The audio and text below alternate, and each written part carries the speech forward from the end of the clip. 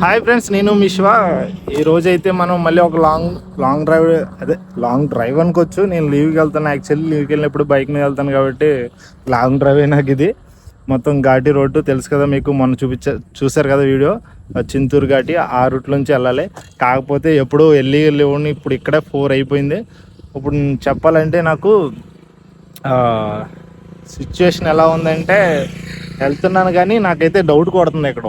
ఎందుకంటారా, bike service చేయలేదు. చూస్తే టైర్లు కూడా కొద్దిగా అరుగున్నాయి. అంటే స్పోక్ వీల్స్ కదా బండివి, ఎక్కడైనా ఆగిందంటే ఇంక వెంటనే పంచర్ ఏమైనా అయ్యిందంటే ఇంక అక్కడే మనం పంచరింగ్ అయినట్టే. కానీ ఇంక మనం ఎక్కడ కదపలేం బండిని. మళ్ళీ టైర్ ఇప్పి చేసి ఇంకా అడవిలో మనకు అలాంటి ఫెసిలిటీస్ అయితే ఏం దొరకవు.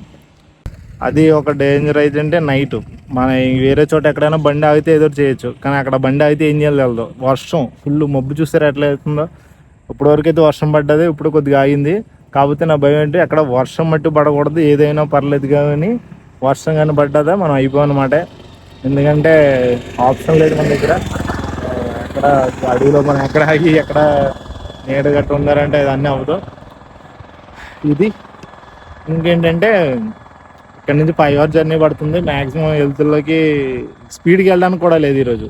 ఎప్పుడూ స్పీడ్కి వెళ్ళి ఉండి ఒక 90-100 స్పీడ్ వెళ్ళి ఉండి. కానీ ఇప్పుడు నా బండిది హ్యాండిల్ కూడా ఏమైందంటే కొద్దిగా షేక్ అవుతుంది. ఏమో అంటే మెయిన్ ఎప్పుడు సర్వీస్ కూడా చేసి చాలా రోజులు అవుతుంది. మేబీ 4K ఏమైనా కొద్దిగా లూజ్ అయిందేమో. సరే, రాజమండ్రి వెళ్ళిన తర్వాత ఏందో అని చెప్పి ఫిక్స్ అయ్యాను. ఇది ఫ్రెండ్స్ ఈ వీడియో అయితే.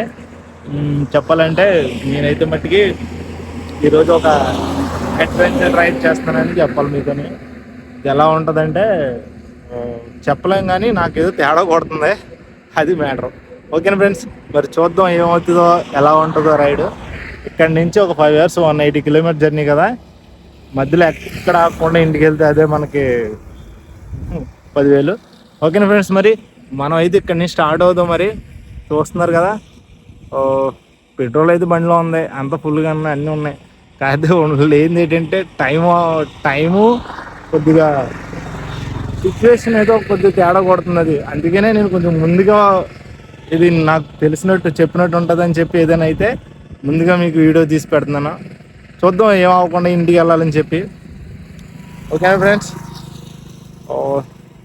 చాలా సేఫ్గా ఇంటికి వెళ్ళాలి. ఎందుకంటే వర్షం పడుతుంది ఎదురా, ఘాటీ రోడ్డు, కొంచెం సిచ్యువేషన్ బాగాలేదు. బైక్ కూడా కొంచెం ఇదిగా ఉందని నాకు కొంచెం డౌట్ కొడుతుంది అంతే. ఓకేనా ఫ్రెండ్స్, మరి ఏదేమైనా సరే మనం వెళ్ళడం మాత్రం ఆగదు. సేఫ్గా అయితే వెళ్తాను నేను, అదైతే నాకు నమ్మకం అయితే ఎప్పుడు ఉంటుంది.